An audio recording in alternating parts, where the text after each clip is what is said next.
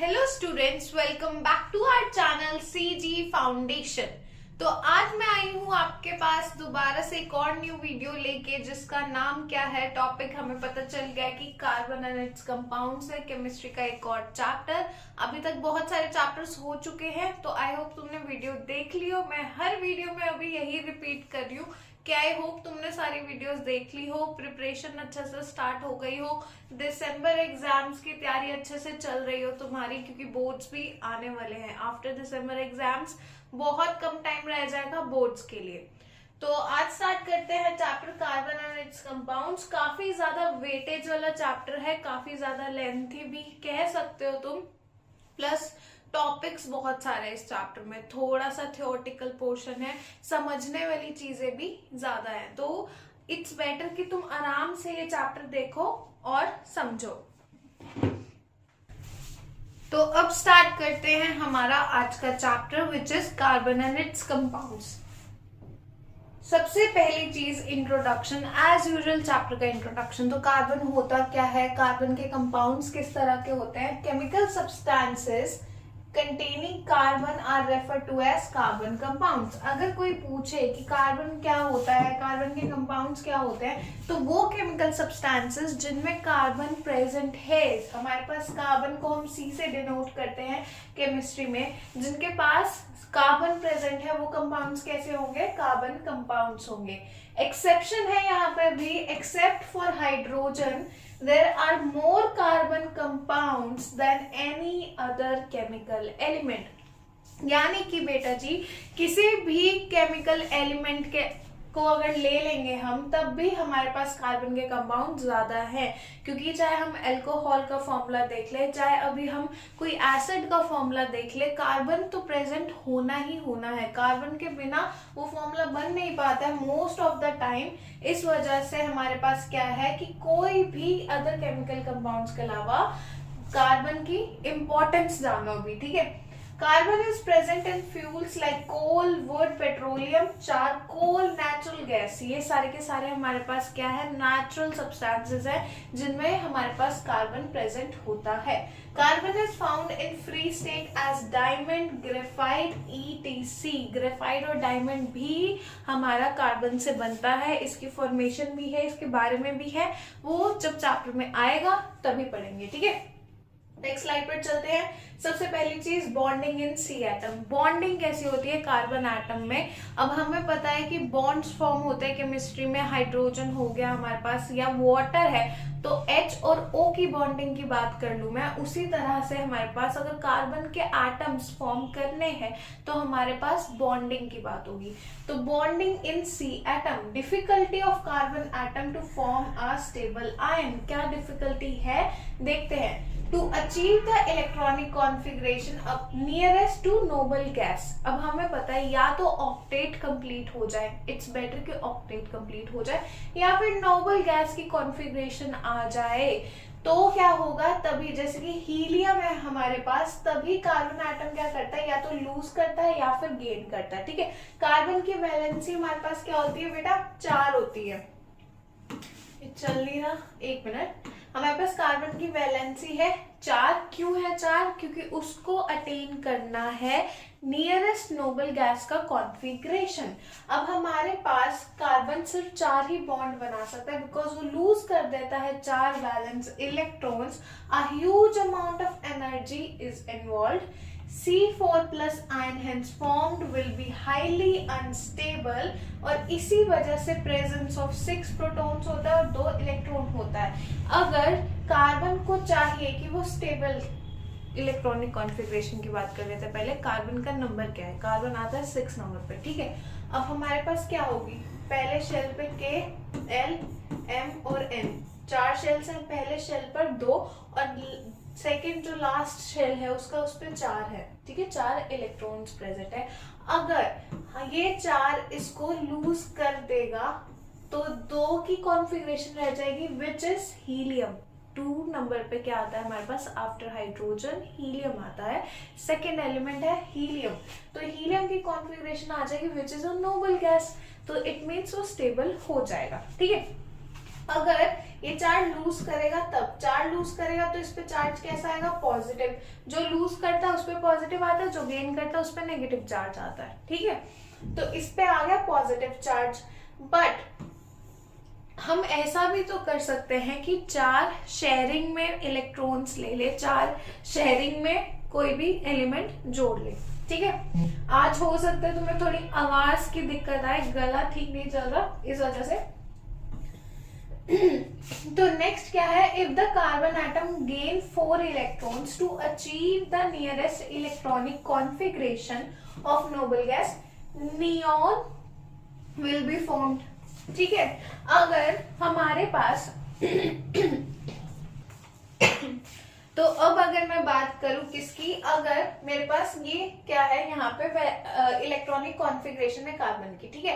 अब कार्बन ने क्या किया, या तो वो 4 इलेक्ट्रॉन्स जो लास्ट शेल में उसको लूज कर सकता है, या फिर 4 इलेक्ट्रॉन्स को गेन कर सकता है। इन एनी केस अगर वो लूज करेगा तो वो हीलियम की कॉन्फ़िगरेशन पे आ जाएगा, ठीक है। और अगर वो क्या कर लेता है, वो 4 इलेक्ट्रॉन्स गेन कर लेता है, तो यहाँ पे क्या कॉन्फ़िगरेशन बनती है, KLMN, 2 यहाँ पे और 8 यहाँ पे, विच इज नंबर 10। और नंबर 10 का एलिमेंट है हमारे पास नियॉन, तो वो नियॉन की इलेक्ट्रॉनिक कॉन्फ़िगरेशन को अटेन कर लेगा, ठीक है। बट अगेन बहुत ज्यादा ह्यूज अमाउंट ऑफ एनर्जी चाहिए, दोनों केसेस में हमें बहुत ज्यादा ह्यूज अमाउंट ऑफ एनर्जी चाहिए होती है, चाहे इलेक्ट्रॉन्स गेन करने हैं, लूज करना है। 4 इलेक्ट्रॉन्स भारी मात्रा है भाई, ठीक है, तो ज्यादा एनर्जी चाहिए। More over C4+ ion difficult है 6 प्रोटॉन्स के लिए होल्ड करना 10 इलेक्ट्रॉन्स को, ठीक है। और इसी वजह से to satisfy tetravalency carbon share करता है अपने चारों के चारों इलेक्ट्रॉन्स, इसलिए उसके वैलेंस इलेक्ट्रॉन्स जितने भी हैं, 4 वैलेंस इलेक्ट्रॉन्स हैं, तो कार्बन हमेशा शेयरिंग में बॉन्डिंग करेगा, बिकॉज अपनी टेट्रावैलेंसी को अचीव करने के लिए। नेक्स्ट हमारे पास आती है बॉन्डिंग। अब हमें पता चल गया कि कार्बन में 4 वैलेंसी होती है कार्बन की, वो शेयरिंग में ही इलेक्ट्रॉन शेयर करके अपना बॉन्ड फॉर्म करता है, बिकॉज ना वो लूज कर सकता है ना वो गेन कर सकता है, उसको स्टेबिलिटी चाहिए, स्टेबिलिटी अटेन करने के लिए, वो हमने देख लिया। अब क्या है, कोवेलेंट और आयनिक बॉन्ड्स, ठीक है। अब बॉन्ड्स भी अलग अलग तरह के होते हैं, कार्बन में किस तरह का बॉन्ड बन रहा है, तो उससे पहले जान लेते हैं कि बॉन्ड्स कैसे होते हैं। सबसे पहला है कोवेलेंट और आयनिक, पहले पढ़ते हैं आयनिक बॉन्ड, ठीक है। आयनिक बॉन्डिंग इन्वॉल्व होती है ट्रांसफर ऑफ वैलेंस इलेक्ट्रॉन से, मतलब अगर किसी भी मेटल या नॉन मेटल के बीच इलेक्ट्रॉन्स का ट्रांसफर हो रहा है तो वो किस तरह की बॉन्डिंग है, आयनिक बॉन्डिंग है, बेसिकली आयंस के बीच, ठीक है। आयंस हमारे पास किस तरह के होते हैं, पॉजिटिव नेगेटिव आयंस होते हैं, ठीक है। The electrostatic attraction between the oppositely charged ions, it means वही मैंने बताया पॉजिटिव नेगेटिव। तो अगर यहाँ पे हमारे पास क्या आ जाता है, पॉजिटिव और नेगेटिव चार्ज आ जाता है, तो इनके बीच क्या है, अट्रैक्शन है। जैसे for example NaCl, Na positive होता है, Cl नेगेटिव होता है, इनके बीच का attraction is known as ionic bonding, के आयंस के बीच की बॉन्डिंग है, दैट इज आयनिक बॉन्डिंग। अब कुछ आयनिक कंपाउंड्स हैं जो यूजुअली क्रिस्टलाइन होता है, जस्ट लाइक हमारा नमक NaCl, ठीक है। अब आयनिक कंपाउंड्स की कुछ क्या है, प्रॉपर्टीज है, ये वो 4 प्रॉपर्टीज है, बहुत बार पूछी जाती है, कई बार नहीं भी पूछी जाती, याद कर लोगे इजी हो जाएगा। Have high melting and boiling point, यानी कि इनका मेल्टिंग पॉइंट और बॉइलिंग पॉइंट दोनों को दोनों हाई है। कंडक्ट करते हैं इलेक्ट्रिसिटी, जब भी मेल्ट होते हैं, नमक को पानी में मिलाओगे तो इलेक्ट्रिसिटी का कंडक्शन बहुत अच्छा होगा, ऐसा प्लेन वाटर अगर लोगे तो कंडक्शन नहीं होगा इलेक्ट्रिसिटी का, ठीक है।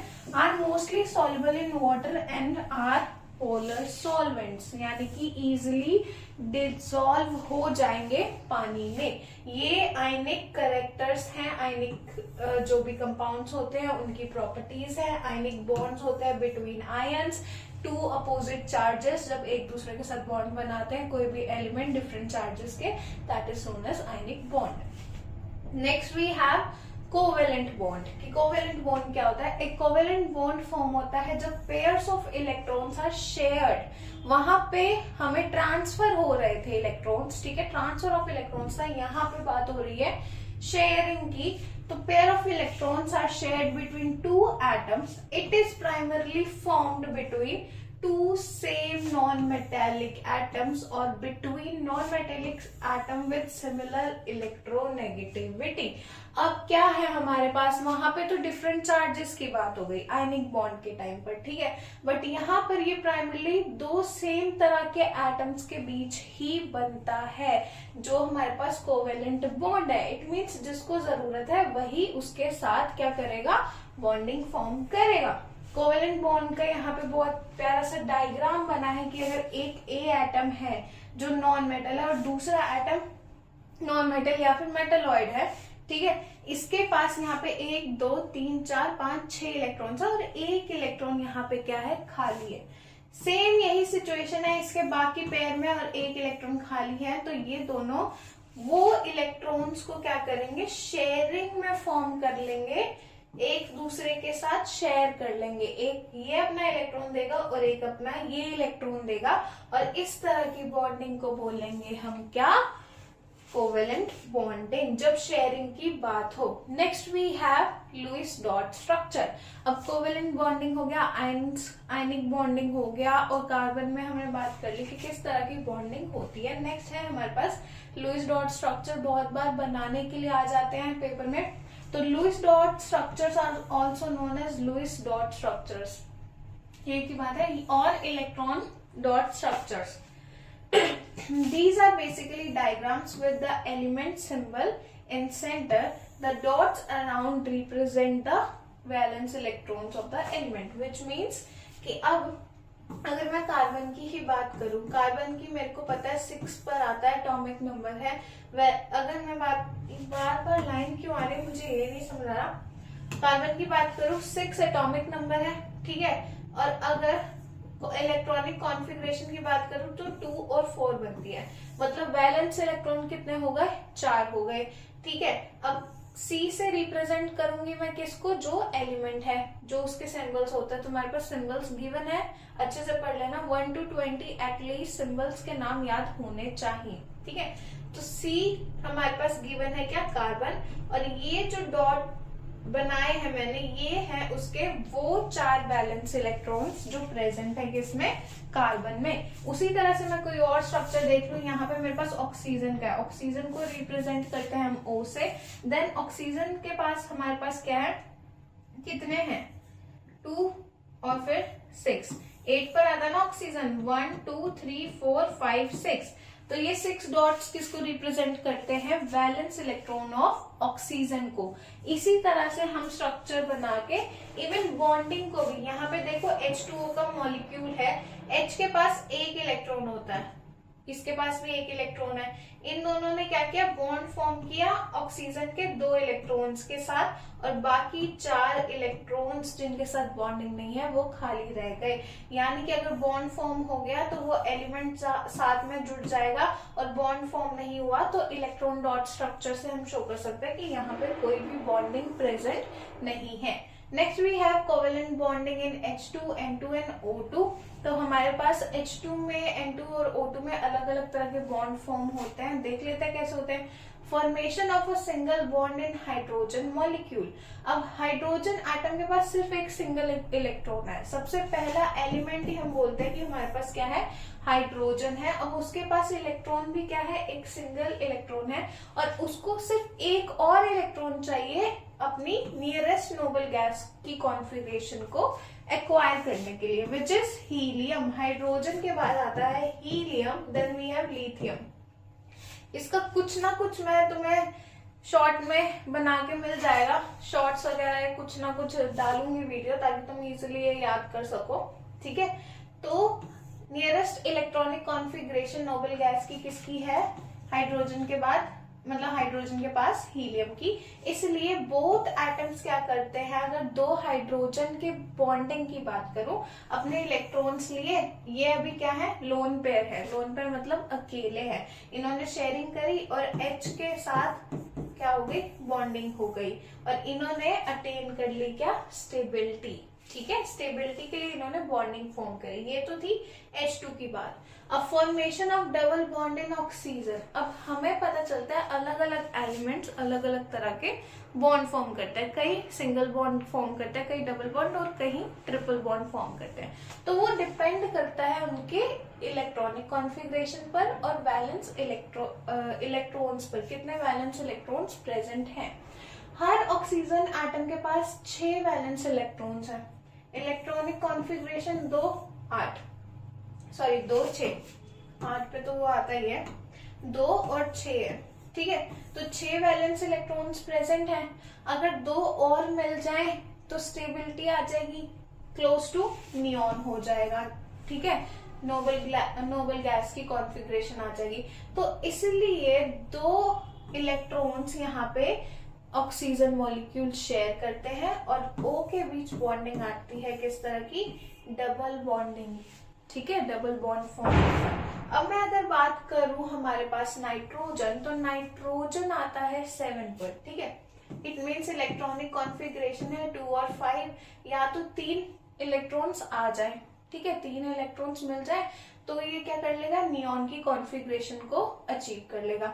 या तो 5 इलेक्ट्रॉन्स ये दे दे अपने। अब 5 इलेक्ट्रॉन्स को देने में ज्यादा एनर्जी जाएगी एज कम्पेयर टू 3 इलेक्ट्रॉन्स या तो आ जाए या फिर हम शेयरिंग कर सकते हैं।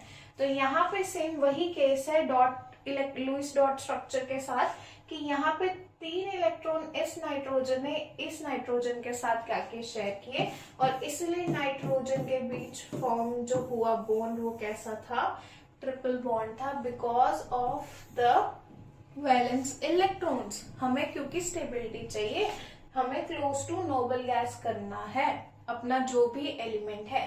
नेक्स्ट है सिंगल, डबल और ट्रिपल बॉन्ड। अब हमें पता चल गया कि एक्चुअल में सिंगल, डबल और ट्रिपल बॉन्ड फॉर्म क्यों होता है, बिकॉज हमें स्टेबिलिटी चाहिए, नियरेस्ट नोबल गैस कॉन्फ़िगरेशन चाहिए।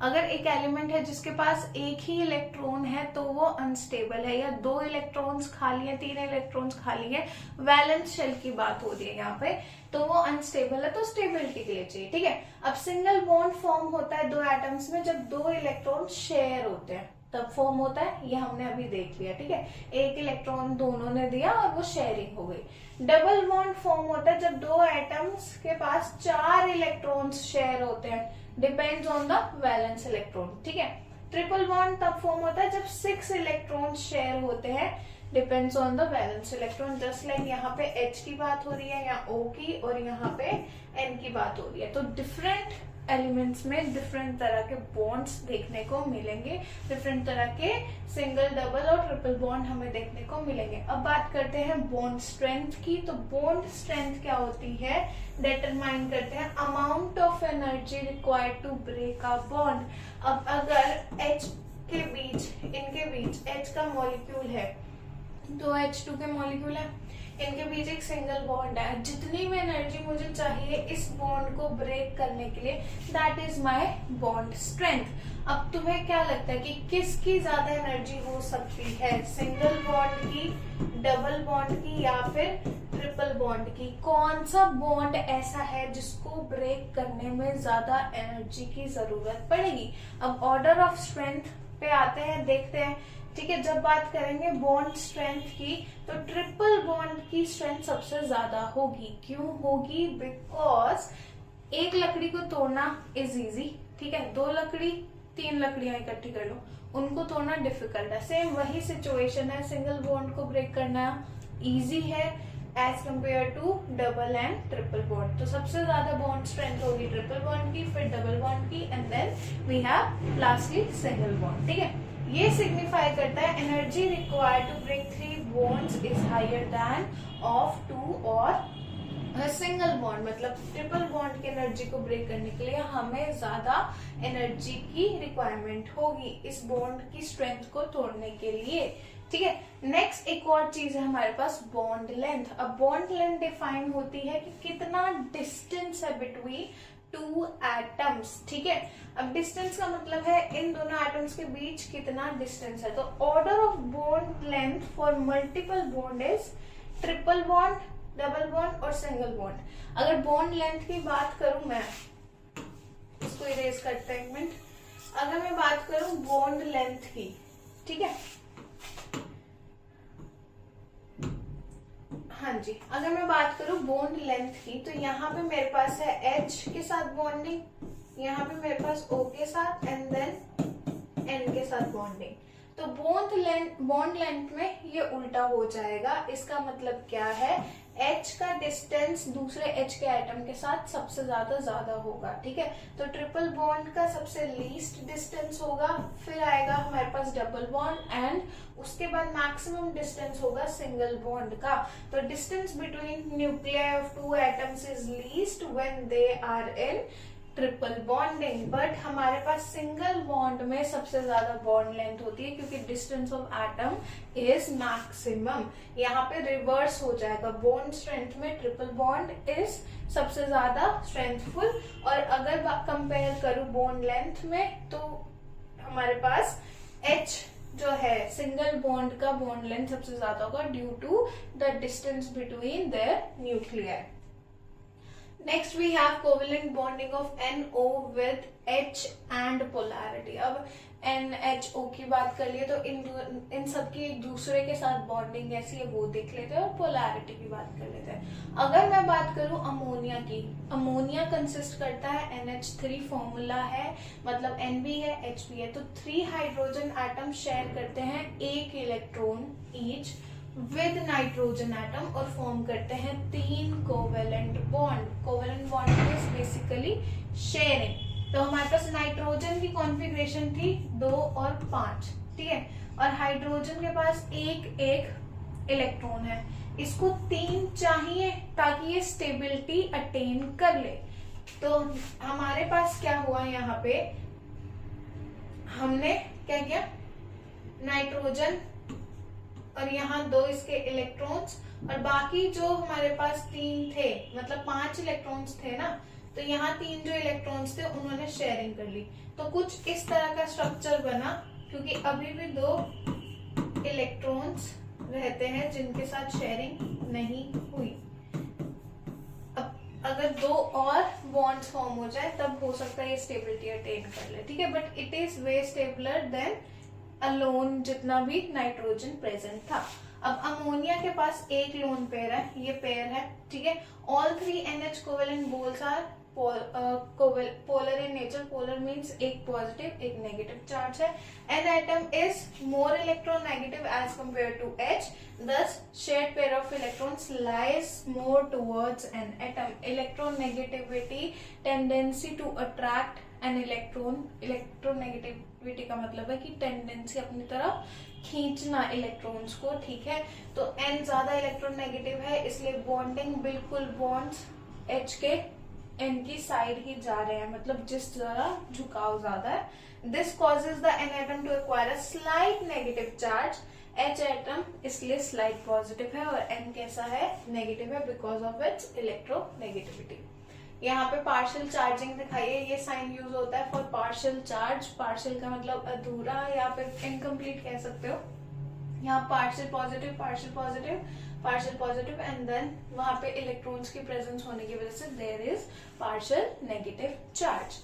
Next we have in water H2O, the hydrogen atom share 1 electron each with the oxygen atom and form 2 covalent bonds, ठीक है। अगर पानी की बात करूं तो हमारे पास वाटर में लोन पेयर है, ठीक है, 2 लोन पेयर है, और यहाँ पे इसका डायग्राम बना हुआ है, ये देखो। अगर मैं वाटर की बात करूं तो यहाँ पे ऑक्सीजन की इलेक्ट्रॉनिक कॉन्फ़िगरेशन है 2 और 6, तो यहाँ पे बॉन्ड बन गए, 2 बॉन्ड बने और 4 इलेक्ट्रॉन्स रह गए। और इलेक्ट्रोनेगेटिविटी के हिसाब से क्या हुआ, हमारे पास ऑक्सीजन पर आ गया स्लाइट या फिर partial negative charge, because O is electronegative in nature, और हमारे पास H पर आ गया पॉजिटिव चार्ज।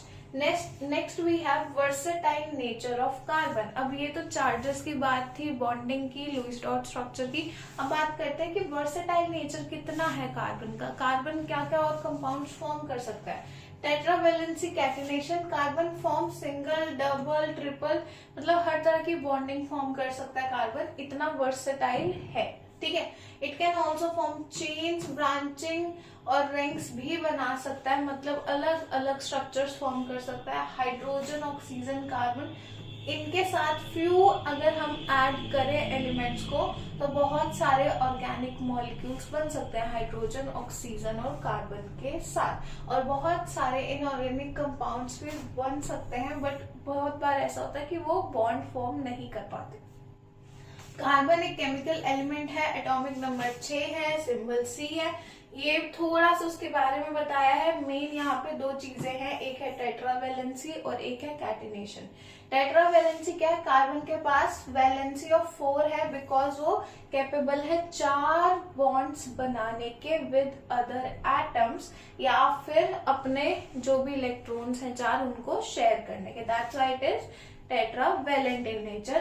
कैटिनेशन क्या है? कैटिनेशन एक प्रॉपर्टी है कार्बन एलिमेंट्स की, due to which atom can join one another to form long chain of carbon. तो कार्बन की अगर चेन की बात करूं, कार्बन से कार्बन जुड़ रहा है, बहुत सारी चेन बन रही है, इस प्रॉपर्टी का नाम है कैटिनेशन। बहुत बार पूछा गया है, इसलिए यहाँ पे है ये। Next we have melting, boiling and electrical conductivity. Melting point, boiling point और इलेक्ट्रिकल कंडक्टिविटी। कोवेलेंट कंपाउंड्स की बात हो रही है बेसिकली कार्बन कंपाउंड्स की। तो मॉलिक्यूलर कंपाउंड्स होते हैं, गैसेस, लिक्विड, सॉलिड, हर स्टेट में मिल जाएंगे। वीक इंटरमोलिकुलर फोर्स होता है, लो मेल्टिंग और बॉइलिंग पॉइंट होता है, पुअर कंडक्टर ऑफ इलेक्ट्रिसिटी होते हैं, और मोस्टली सॉल्युबल होते हैं नॉन पोलर लिक्विड्स में। ये कुछ प्रॉपर्टीज हैं कोवेलेंट कंपाउंड्स की। आयनिक की भी तुम अभी पढ़ के आए हो, अब कोवेलेंट कंपाउंड की भी पढ़ लो, डिफरेंशिएट आ सकता है पेपर में। Next we have allotropes of carbon. Allotropes क्या होते हैं? फिनोमिना होता है कि existence of same element in different physical state. एक ही तरह का एलिमेंट अलग अलग स्टेट में जब मिल जाता है हमें आसपास, because of the similar chemical properties, is known as allotropy. एक फिनोमिना है। Some elements like carbon, sulphur, phosphorus, ये क्या है? एग्जिबिट करते हैं इस फिनोमिना को, शो करते हैं फिनोमिना। जैसे क्रिस्टलाइन एलोट्रॉप्स है कार्बन के, जैसे डायमंड, ग्रेफाइट। अब डायमंड बिल्कुल चमकता है, ठीक है, ब्राइट, शाइनी, इतना महंगा है। और ग्रेफाइट, वही ग्रेफाइट क्या पेंसिल में यूज होता है ग्रेफाइट। दोनों का हमारे पास अगर केमिकल प्रॉपर्टीज देखे तो सेम है, स्ट्रक्चर में थोड़ा डिफरेंस है, बट एक शाइनियर है और एक देखो बिल्कुल डल है, ठीक है। अमोर्फोस एलोट्रॉप्स कार्बन के इंक्लूड करते हैं coal, coke, lamp, black gas, carbon और चारकोल भी। तो एलोट्रॉप्स क्या है? हमारे पास existence of same compound but different physical या फिर केमिकल फॉर्म हो, मतलब फिजिकल फॉर्म डिफरेंट हो सकती है बट केमिकल प्रॉपर्टीज सिमिलर है, ठीक है। नेक्स्ट वी हैव डायमंड और ग्रेफाइट। अब डायमंड और ग्रेफाइट में क्या फर्क है? ये कुछ चीजें हैं, ये डेंसिटी वगैरह तो छोड़ ही दो, ये बहुत ज्यादा ओवर है। हाँ, एक बार पढ़ लेते हैं, ठीक है। Diamond has a regular tetrahedral geometry. Regular geometry, this is because each carbon is connected to 4 neighbouring carbon atoms और सिंगल कोवेलेंट बॉन्डिंग हो रही है, ठीक है। और अगर ग्रेफाइट की बात करूं तो each carbon atom is bonded covalently to 3 other carbon atoms.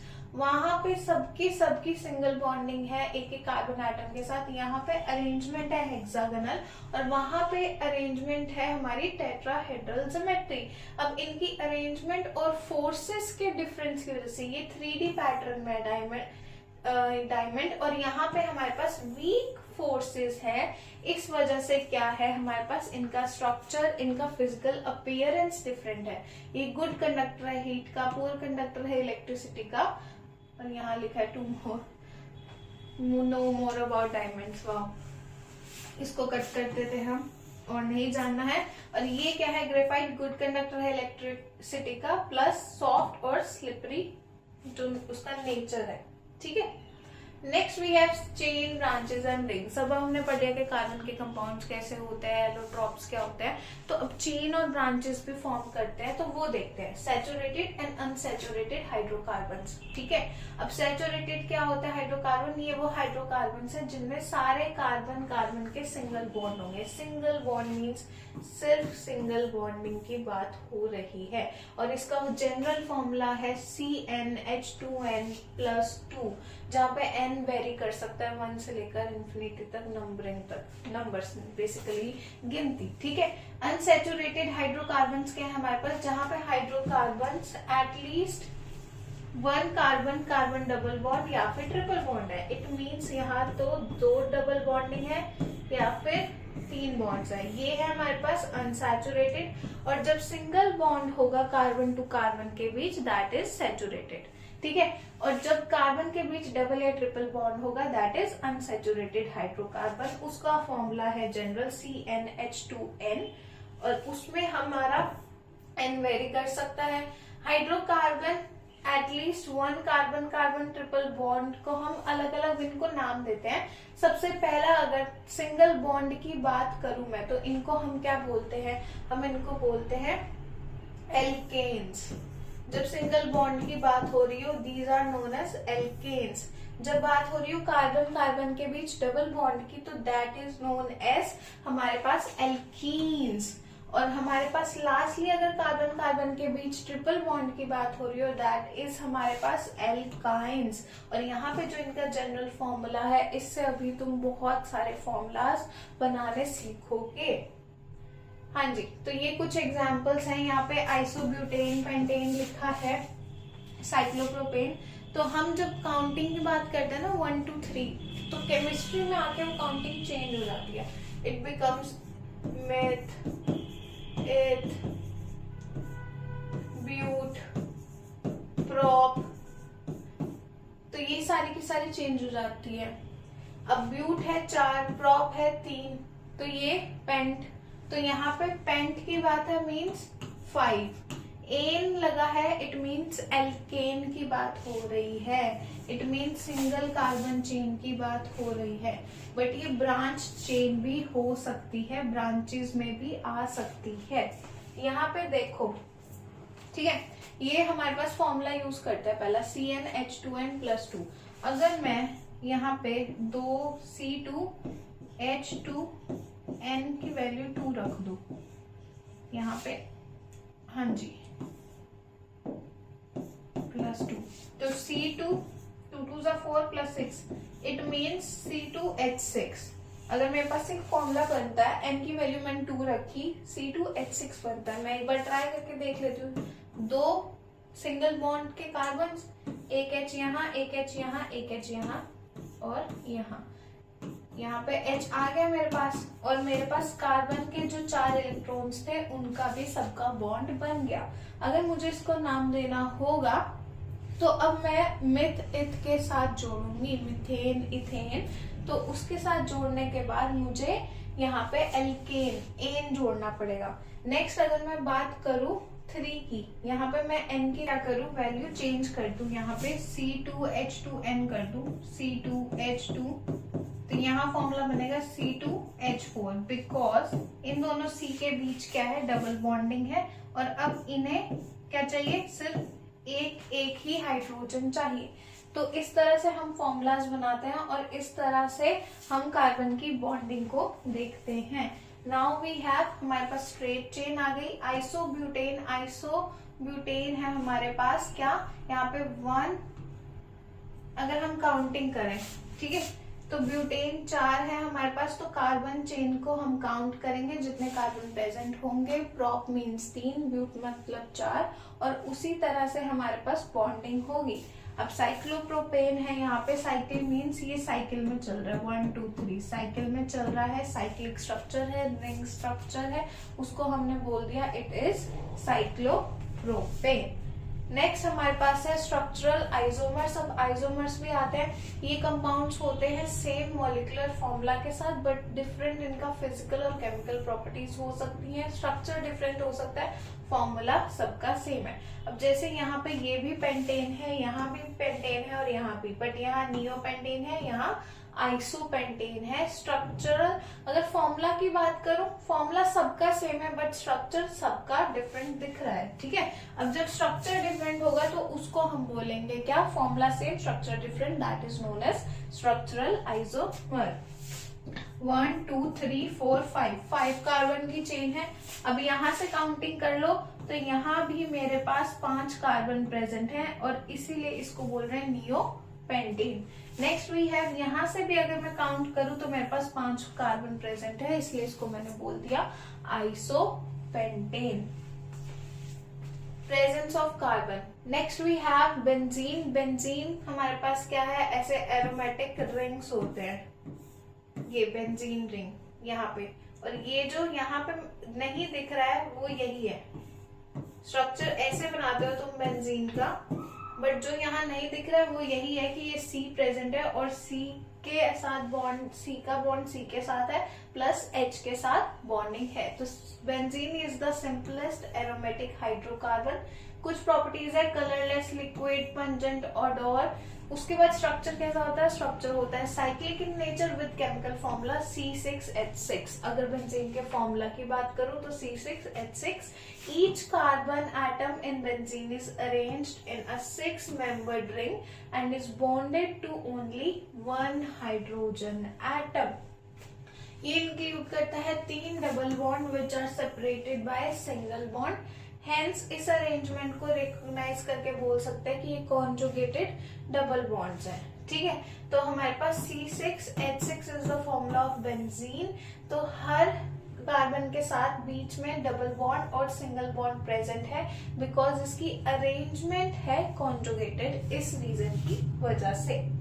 Next हमारे पास है फंक्शनल ग्रुप्स। अब हमने नॉमेनक्लेचर और फंक्शनल ग्रुप की बात करेंगे। अभी पीछे हमने देखा एल्केन, एल्काइन और alkene, double bond, triple bond, single bond, सबकी बात कर ली, उनके अलग अलग फॉर्मूलाज देख लिए। अब नॉमेनक्लेचर, नेमिंग कैसे करते हैं हम, ठीक है, नेम कैसे देते हैं किसी भी एटम को। तो यहाँ बात हो रही है फंक्शनल ग्रुप की। तो फंक्शनल ग्रुप होता क्या है, एन एटम और group of atoms which represent a compound specific किसी भी फिजिकल या केमिकल प्रॉपर्टी की वजह से, उसका लेंथ या उसका नेचर ना देखे उसको बोलेंगे कि अगर कोई अल्कोहल है चीज, कोई एसिडिक इन नेचर है, तो वो पर्टिकुलर चीज, उसकी कॉम्पोजिशन की बात हो रही है, उसको हम फंक्शनल ग्रुप कहते हैं। जैसे अगर मैं बात करूं अल्कोहल की, तो हमें कैसे पता चलेगा कि कोई कंपाउंड अल्कोहल है या नहीं है। अगर उसमें OH ग्रुप प्रेजेंट है दैट इज अल्कोहल, ओके। हमारे पास अब यहाँ पे अगर मैं एसिड की बात करूं, स्पेशली यहाँ पे हमारे पास एक ग्रुप है विच इज कार्बोक्सिलिक एसिड। अगर मैं एसिड की बात करूं और उसमें हमारे पास कंपाउंड में COOH प्रेजेंट है, ऐसी बॉन्डिंग प्रेजेंट है, इट मीन्स कि वो कार्बोक्सिलिक एसिड का ग्रुप है। यहाँ पे अब यही सब कुछ लिखा है और एग्जाम्पल्स के साथ है, तो एक बार ये भी देख लेते हैं। मेन फंक्शनल ग्रुप क्या है, सबसे पहला हाइड्रोक्साइड ग्रुप, जिसको हम OH बोलते हैं, अल्कोहल भी बोलते हैं, ठीक है, alcohol group. All organic compounds containing OH group known as alcohols. Example है मिथेनॉल। मिथ का मतलब होता है एक carbon atom, methanol CH3COH। Ethanol is 2 carbon atoms with OH group. Next we have aldehyde. Aldehyde मतलब CHO लगा है अगर किसी कंपाउंड में, और इनको एल्डिहाइड्स अल लगता है, नाम के पीछे अल लगता है। अल्कोहल में ऑल लगेगा, मिथेनॉल, एल्डिहाइड में अल लगेगा, ठीक है। तो अगर मैं मिथेनल, ऑल की जगह पे मिथेनल आएगा, इट मींस OH की जगह ग्रुप क्या आ रहा है, CHO आ रहा है। इथेनल में ग्रुप क्या आ रहा है, OH की जगह CHO आ रहा है, ठीक है। उसके बाद है next ketone group. Ketone group में C के साथ डबल बॉन्ड है O का, और सारे ऑर्गेनिक कंपाउंड्स कंटेन करते हैं C double bond O group, ठीक है। तो 2 ऑर्गेनिक कंपाउंड्स को हम बोल देते हैं कीटोन ग्रुप। और जब भी कीटोन की बात करेंगे तो ऑन लगेगा, ब्यूटेनॉन, प्रोपेनॉन, ठीक है। Next we have carboxylic group, जहां पे हमारे पास क्या लगेगा, COOH, जिसको हम वही कार्बोक्सिलिक एसिड की बात करी थी, तो यहाँ पे ओइक लगेगा, ethanoic acid, propanoic acid, oic, carboxylic COOH, C double bond O के साथ कीटोन ऑन लगेगा। एंड नेक्स्ट वी हैव हमारे पास हाइड्रोजन ग्रुप, जिसमें फ्लोरीन, ब्रोमीन, आयोडीन सब आता है, तो इनको हम क्या बोल देते हैं, जैसे क्लोरो, अगर हमारे पास कोई भी ग्रुप है, ब्रोमीन आ रहा है, आयोडीन आ रहा है, तो उसको हम नाम के आगे लगाते हैं, जैसे ब्रोमोमीथेन, क्लोरोमीथेन, इस ढंग से। तो ये हमारे पास फंक्शनल ग्रुप्स थे जिनसे हम नेमिंग करते हैं स्पेसिफिकली, जिनको हम इंपॉर्टेंस देते हैं बेसिकली नेमिंग करते हुए। अब methane, meth, eth, prop, but, pent, hex, hept, ये है काउंटिंग, ऑक्ट, तो ये काउंटिंग है 1 से लेकर अभी 8 तक। इसके आगे अब तुम्हें बॉन्ड के हिसाब से देखना है, सिंगल बॉन्ड है, डबल बॉन्ड है, एन लगेगा, इन लगेगा, आइन लगेगा। नेक्स्ट वी हैव हमारे पास फंक्शनल ग्रुप्स, ऑल लगेगा, अल लगेगा, ऑन लगे, नॉन लगेगा, या फिर ओइक एसिड लगेगा, ठीक है। तो इस तरह से हम नेमिंग करते हैं। नेक्स्ट वीक अब स्टार्ट करते हैं हम homologous series. Homologous series constitute करती है वो ऑर्गेनिक कंपाउंड्स जिनमें सेम जनरल फॉर्मूला होता है, मतलब वो कंपाउंड्स जिनका जनरल फॉर्मूला क्या है, सेम है, सिमिलर कैरेक्टरिस्टिक्स हैं उनके, और डिफरेंट थोड़ी सी फिजिकल प्रॉपर्टीज हैं। एग्जाम्पल्स हैं, जैसे मिथेन हो गया, इथेन हो गया। Basically group is same, group same है उनका, फंक्शनल ग्रुप सेम हो सकता है, जनरल फॉर्मूला सेम हो सकता है, बस उनका कार्बन चेन का डिफरेंस है, मतलब कार्बन का नंबरिंग का डिफरेंस है। जैसे मिथेन हो गया, ब्यूटेन हो गया, इथेन हो गया, एन लग रहा है, इट मीन्स एल्केन ग्रुप है, लेकिन सिर्फ और सिर्फ फर्क किसका है, कार्बन का फर्क है, कार्बन चेन का फर्क है। It can be notice that there is a difference of CH2 unit between each successive compounds. ऐसी सीरीज को हम बोलते हैं homologous series. Next we have nomenclature of carbon compounds too, यहाँ पे एक चीज लिखी है, international union of pure and applied chemistry which is IUPAC।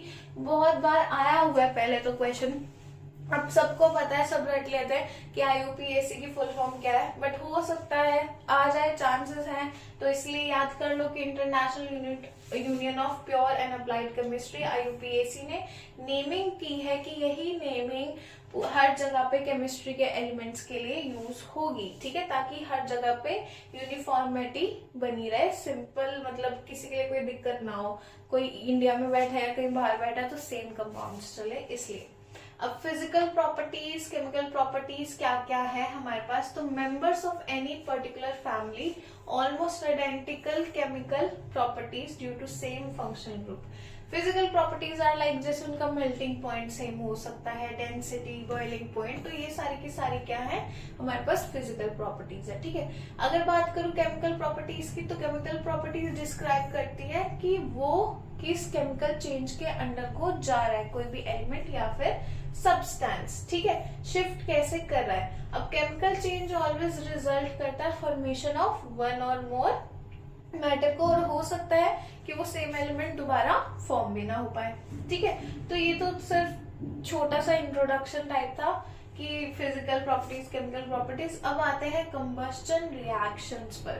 Combustion means burning of carbon या फिर carbon containing compounds, basically burn होना, आग जलना, ठीक है, in the presence of air और oxygen to produce CO2, heat and light. एक reaction लिखी है यहाँ पे CH3OH, विच इज हमारे पास OH ग्रुप है, मतलब ऑल की बात हो रही है, मिथेनॉल की बात हो रही है। अगर उसे हम बर्न करेंगे O2 की प्रेजेंस में तो हमें वाटर और यहाँ पे CO2 मिल रहा है। नेप्थलीन भी जाता है कंबस्टन के under go in the presence of oxygen. जो नेप्थलीन बॉल्स तुमने देखी होंगी व्हाइट कलर की, घरों में बहुत यूज होती है, जैसे गद्दे वगैरह, कपड़े वगैरह अंदर रख दिए कुछ टाइम के लिए, तो वो क्या हो जाती है, तुम्हें वो दवाई या गोली बोलो वो दोबारा दिखेगी नहीं, बिकॉज उसका क्या हो जाता है, रिएक्शन हो जाता है ऑक्सीजन के साथ, कंबस्टन हो जाते हैं। और इसी तरह से थोड़ा सा तुम्हें वाटर के मतलब निशान दिख सकते हैं, बट वहां पे वो मॉलिक्यूल नहीं दिख सकता दोबारा।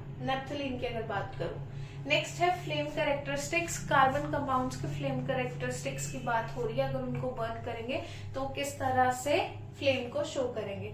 अगर मैं किसी भी सैचुरेटेड हाइड्रोकार्बन को, मतलब अगर मैं सिंगल बॉन्ड के कार्बन के कंपाउंड को बर्न करूं तो क्लीन फ्लेम देगा, एज कंपेयर टू अगर मैं एक अनसैचुरेटेड हाइड्रोकार्बन को बर्न करूं, मतलब डबल या ट्रिपल बॉन्ड के कार्बन कंपाउंड को बर्न करूं तो कैसा फ्लेम देगा, स्मोकी फ्लेम देगा।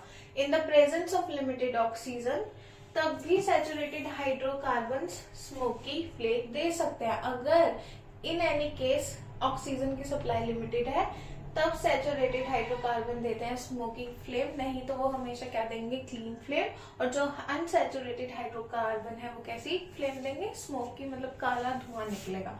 अब ब्लैक सब्सटेंसेस जो भी फॉर्म होते हैं कंबस्टन से या फिर सेपरेशन से, जब भी कंबस्टन हो रही होगी, ठीक है, वो राइजिंग फाइन पार्टिकल्स होते हैं जो चिमनी के पास, जैसे चिमनी वाली जगह हो गई या कहीं आग जल रही है तो छत के ऊपर वो निशान आ जाते हैं ब्लैक पार्टिकल्स। वो क्या करते हैं कि स्मोक क्या है, बन रही है, इट मीन्स कोई ना कोई ऐसा पार्टिकल है जो बर्न हो रहा है जो अनसैचुरेटेड है। और इसको हम, इन कार्बन कंपाउंड्स के कलर को या स्मोक को हम सोट भी कहते हैं। यहाँ पे सूट लिखा है तो ये कई बार पूछा हुआ है क्वेश्चन 1 मार्क में, तो इसीलिए यहाँ पे है। Next we have oxidation. Oxidation एक केमिकल रिएक्शन है जो अक्कर होती है एक एटम में और कंपाउंड में और रिजल्ट करती है लॉस ऑफ 1 और मोर इलेक्ट्रॉन्स। यानी कि ऑक्सीडेशन की वजह से क्या होगा, रिजल्ट हो सकता है इलेक्ट्रॉन्स के लूज का। Oxidation basically loss of what, addition of oxygen, loss of hydrogen. Oxidation तो तुम पढ़ के आए हो। Next we have addition reaction. तो the reactions in which two molecules react to form a single product, addition हो रहा है, बेसिकली कंपाउंड ऐड ऑन हो रहा है, उसको हम बोलेंगे एडिशन रिएक्शन। यहाँ पे ट्रिपल बॉन्ड, डबल बॉन्ड, हर तरह के बॉन्ड फॉर्म हो सकते हैं। नेक्स्ट है हमारे पास सब्स्टिट्यूशन। ऑक्सीडेशन, सब्स्टिट्यूशन सब पढ़ के आए हो फर्स्ट चैप्टर में। सब्स्टिट्यूशन रिएक्शन क्या है, रिएक्शन इन विच एटम और ग्रुप एटम इज रिप्लेस्ड, मतलब माइनस हो रहा है, सब्स्टिट्यूट हो रहा है, बाहर निकाला जा रहा है या रिप्लेस हो रहा है, उस तरह की रिएक्शन को हम बोलेंगे सब्स्टिट्यूशन रिएक्शन। यहाँ पे एक रिएक्शन भी दिख रही है जहां पे हमारे पास रिप्लेसमेंट हो रही है और एक न्यू कंपाउंड फॉर्म हो रहा है। अब इस चैप्टर के कुछ इंपॉर्टेंट टॉपिक्स में से ये है ethanol and ethanoic acid. Ethanol देख लेते हैं। इथेनॉल का फॉर्मूला है C2H5OH। कलरलेस लिक्विड है, इसकी यहाँ लिखा है प्लीजेंट स्मेल है, पता नहीं है यानी। बॉयल होता है 351 केल्विन पर, मिक्सिबल है मतलब मिक्स हो सकता है इजिली वाटर के साथ। नॉन कंडक्टर है इलेक्ट्रिसिटी का, कोई भी आयंस नहीं है, इस वजह से इलेक्ट्रिसिटी कंडक्ट नहीं होती।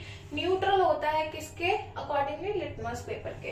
अब इसकी यूजेस क्या है, as an antifreeze, in radiators में यूज कर सकते हैं कोल्ड कंट्रीज में, as a solvent in manufacture of paint, dye, medicine, soap, synthetic rubber, as a solvent to prepare the texture of iodine. यहाँ पे यूजेस है। और इथेनॉल क्या है, उसकी कुछ प्रॉपर्टीज है, प्लस उसका फॉर्मूला भी है। How do alcohols effect human beings, कई बार क्वेश्चन आ जाता है वैल्यू बेस्ड क्वेश्चन में कि एल्कोहल कैसे इफेक्ट करती है। Basically ethanol is alcohol. If ethanol is mixed with CH3OH and consumed, it causes serious poisoning. Eyesight भी वीक हो सकती है, प्लस सीरियस पॉइजनिंग हो सकती है, एडिक्शन लग सकती है, डैमेज हो सकता है लीवर अगर एक्सेस में ली जाए। हाई कंजप्शन ऑफ इथेनॉल में even cause death. Okay, reactions of ethanol with sodium. अब इथेनॉल C2H5OH था, उसको रिएक्ट कराया Na के साथ, तो OH को रिप्लेस करके, मतलब H को रिप्लेस करके ONA बन गया हमारे पास। ठीक है, एलिमिनेशन रिएक्शन आ गई एक और, यहाँ पे सब्स्टिट्यूशन, एडिशन, ऑक्सीडेशन के बाद एलिमिनेशन रिएक्शन है जिसमें 2 सब्स्टिट्यूट्स रिमूव हो जाते हैं। बेसिकली सब कुछ ही चेंज हो जाता है और एक नया मॉलिक्यूल फॉर्म हो जाता है। Next we have dehydration reaction. Ethanol react करती है कॉन्सेंट्रेटेड सल्फ्यूरिक एसिड के साथ एक पर्टिकुलर टेम्परेचर पर which is 443 kelvin to produce ethylene. यहाँ पे बॉन्ड्स ब्रेक हो रहे हैं, मतलब सिंगल बॉन्ड ब्रेक होके डबल बॉन्ड में चेंज हो रहा है और इसीलिए इसको बोल रहे हैं dehydration reaction, because water release हो रहा है, मतलब बाहर जा रहा है। Next we have ethanoic acid और एसिटिक एसिड। इथेनोइक एसिड को ही एसिटिक एसिड भी कह सकते हैं। मॉलिक्यूलर फॉर्मूला है CH3COOH, डिसॉल्व करता है वाटर, एल्कोहल और ईथर में। ऑफनली विंटर्स में फ्रीज हो जाता है, इसलिए हम इसको ग्लेशियल एसिटिक एसिड भी बोलते हैं। Next we have esterification. Esterification पर भी क्वेश्चंस आते हैं बेटा। When a carboxylic acid is refluxed with alcohol in the presence of small quantity, मतलब कार्बोक्सिलिक एसिड को रिएक्ट कराया small quantity of concentrated H2SO4 which is sulfuric acid, तो एक स्वीट सी स्मेल आती है, स्मेलिंग ईस्टर बनता है और इस रिएक्शन को हम बोलते हैं एस्टेरिफिकेशन। बेसिकली ईस्टर बनाना है हमने और ईस्टर बनाने की रिएक्शन का नाम ही क्या है, एस्टेरिफिकेशन रिएक्शन। कार्बोक्सिलिक एसिड लिया, अल्कोहल के साथ रिएक्ट कराया, प्रेजेंस ऑफ कॉन्सेंट्रेटेड H2SO4, तो हमारे पास बन गया यहाँ पे ईस्टर। ठीक है, इथेनॉल ने रिएक्ट किया ethanoic acid in presence of concentrated H2SO4, तो यहाँ पे एक रिएक्शन गिवन है। ये जनरल फॉर्मूला है, R मींस एल्केन की बात हो रही है। ठीक है, next we have saponification reaction. तो सपोनिफिकेशन रिएक्शन पर भी बहुत क्वेश्चन आते हैं। एक सोप क्या है, सोप इज अ सोडियम और पोटेशियम सॉल्ट का बना हुआ होता है। सोप जो होते हैं carboxylic acid fatty chain, soap molecules are generally represented by RCOONA। R हमारा नॉन आयनिक मतलब हाइड्रोकार्बन है, बेसिकली एल्केन ग्रुप है हमारे पास। तो जब भी कोई ऑयल या फैट ड्रॉप या कुछ भी पड़ता है कपड़ों पे, गंदे होता है, डस्ट आती है, डर्ट आती है, तो साबुन कैसे साफ करता है, बेसिकली क्लेंजिंग एक्शन की बात हो रही है यहाँ पर। और इसी तरह के हमारे पास क्या होता है, कॉन्सेंट्रेटेड सोडियम और पोटेशियम हाइड्रोक्साइड सॉल्यूशन जो हाइड्रोलाइज कर देते हैं वो ऑयल पड़ा है, जो भी फैट पड़ा है उसको, और इसी वजह से फैट और ऑयल के हाइड्रोलाइजेशन को हम क्या कह रहे हैं कि ये सपोनिफिकेशन रिएक्शन है। यहाँ पे क्या है, फैट और ऑयल की ड्रॉपलेट है, ये पूरा स्ट्रक्चर बना दिया, ग्लिसराइड्स बनाए, उसको रिएक्ट कराया NaOH एक बेस के साथ, सोप के साथ, फिर रिएक्शन हुई और ये अलग अलग हमारे पास एलिमेंट्स आ गए, हाइड्रोलाइज हो गया हमारा जो ट्राइग्लिसराइड प्रेजेंट था। Reaction of ethanoic acid with metals and bases. Ethanoic acid जो है एसिटिक एसिड, वो रिएक्ट करता है metals like sodium, zinc and magnesium, ताकि हाइड्रोजन गैस इवॉल्व हो सके। रिएक्शन है हमारे पास CH3COOH Na के साथ रिएक्ट किया, फिर से H बाहर निकला और Na ने उसको क्या किया, रिप्लेस कर दिया। अब it reacts with solution of sodium hydroxide which is NaOH, तो भी हमारे पास सेम सिचुएशन आई कि वाटर बाहर निकला, यहाँ पे इवॉल्व हो गई हाइड्रोजन और यहाँ पे वाटर। अब मैं बात करूंगी रिएक्शन ऑफ इथेनोइक एसिड की कार्बोनेट और बाइकार्बोनेट के साथ, तो कार्बोक्सिलिक एसिड रिएक्ट करता है अगर कार्बोनेट बाइकार्बोनेट के साथ, तो वो एवोल्यूशन करता है CO2 गैस की। अगर वो रिएक्ट करेगा मेटल या बेस के साथ, तो या तो वाटर रिलीज होगा या फिर हमारे पास H2 गैस रिलीज होगी। यहाँ पे अगर बात करूं इथेनोइक एसिड की रिएक्शन के साथ किसके, कार्बोनेट या बाइकार्बोनेट के, तो हमारे पास क्या फॉर्म होगा, क्या इवोल्यूशन होगी, CO2 गैस की एवोल्यूशन होगी। तो यहाँ देख लेते हैं CH3COOH, यहाँ हमारे पास इथेनोइक एसिड है, Na2CO3 इज अ बाइकार्बोनेट। अब उसकी रिएक्शन हमने फॉर्म करी तो फिर से Na ने रिप्लेस किया H को, H2 बाहर निकला और साथ साथ उसके CO2 भी रिलीज हुई। Next we have soaps and detergent. Cleansing action of soap की बात करी थी, इस पे क्वेश्चन बहुत बार आता है। बेसिकली मिसेल्स जो बनते हैं, मिसलीज भी बोल सकते हैं इनको, इस पे क्वेश्चन आता है। तो क्लेंजिंग एक्शन क्या है, सोप काम कैसे करता है, ठीक है। When soap is added to water, soap को या डिटर्जेंट को ऐड किया तो मॉलिक्यूल्स क्या करते हैं, एक दूसरे के साथ वो जो डर्ट पार्टिकल है उसके चिपक जाते हैं। अब इनका स्ट्रक्चर देख लो, फैब्रिक है, डर्ट है और सोप के मॉलिक्यूल्स है, ठीक है। नेक्स्ट क्या है हमारे पास, अब सोप मॉलिक्यूल में ना ऐसे स्ट्रक्चर्स होते हैं जिनमें पोलर हेड होता है जो पानी की तरफ होता है और नॉन पोलर टेल होती है जो डर्ट के साइड होती है, ठीक है। ये स्ट्रक्चर है, जो टेल है सोप की वो अट्रैक्ट करती है डर्ट और ऑयल पार्टिकल्स को, और जो हमारे पास पोलर हाइड्रोफिलिक पार्ट है, मतलब हेड हमारा क्या है, वाटर लविंग है। हाइड्रोफिलिक मीन्स वाटर लविंग, ठीक है।